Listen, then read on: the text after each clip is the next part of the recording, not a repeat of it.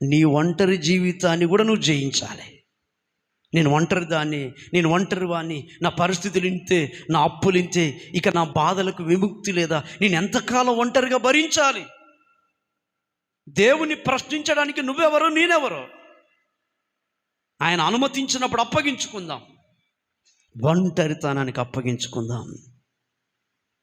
దేవుని బిడ్డారా, రామగుండంలో నేను బ్రదర్స్ రూమ్ కట్టేటప్పుడు పైనుండి ఇంకొక 2 ఇటుకలు పెడితే గోడ మొత్తం పూర్తయిపోయింది.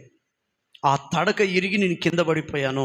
నా చేతిలో పెద్ద బ్రిక్ ఉండేది, అది వచ్చి నా రైట్ లెగ్ మీద పడిపోయింది. ఆ దెబ్బ తగిలినప్పటి నుండే నాకు షుగర్ తయారైంది. అంతకుముందు నాకు అసలు షుగర్ లేదు. ఎప్పుడైతే ఆ దెబ్బ తగిలిందో వెంటనే కింద పడిపోతే బ్రదర్స్ అందరూ వచ్చి లేపి కూర్చుండబెట్టాడు. కూర్చుండబెట్టిన తర్వాత అప్పుడే సురేష్ అయ్య లోపలికి వెళ్ళారు. బ్రదర్స్ అందరూ అయ్యా బన్నన్న కింద పడ్డాడంటే వెంటనే అయ్య పరిగెత్తుకొని వచ్చాడు, నా కాలు పట్టుకున్నాడు. ఎలా ఉందిరా కాలన అంటే, అయ్యా స్పర్శ లేదయ్యా అని చెప్పాను. వెంటనే అక్కడున్న హాస్పిటల్కు అయ్య పంపించారు.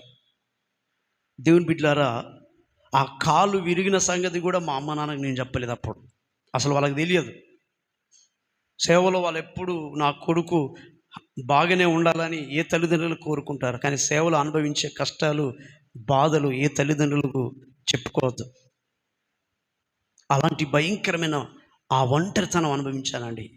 ఒక రూమ్లో వేశారు, గేటు పక్కన రైట్ సైడ్ పెద్దేసి రూమ్ అనుకుంటే, ఆ పెద్దేసి రూమ్ పక్కనే 2వ గది, గేట్ నుంచి 2వ గది, అందులో వేశారు. పగలంతా అందరూ మాట్లాడి వెళ్ళిపోయేవారు, కానీ రాత్రి అయితే ఎవరు ఉండేవారు కాదు. అప్పుడు నా ప్రభు శిల్వ గాయాలు జ్ఞాపకం చేసుకొని చాలా ఏడ్చేవాడిని. ఎందుకు ప్రభు ఇలాంటి పరిస్థితి నాకు అనుమతించామని ఆ ఒంటరితనంలో చాలా దుఃఖపడి ఏడ్చానండి. సరిగ్గా 4 గంటల, తెల్లవారి 4 గంటల టైంలో ప్రతిరోజు స్తోత్ర ప్రార్థన అయిపోయిన తర్వాత సురేష్ అయ్య ఆ పెద్దేశ్వరం పక్కన నడుచుకుంటూ నా డోర్ కొట్టేవాడు.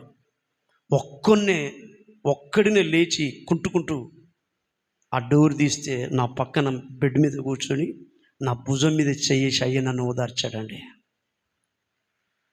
ఆ రోజున దైవజనులు ఎంతగానో బలపరిచారు. ఈ రోజున నిలబడి ఇలాంటి ప్రసంగాలు వాక్యం చెప్తున్నామంటే సురేష్ అయ్య మాకు పెట్టిన భిక్ష.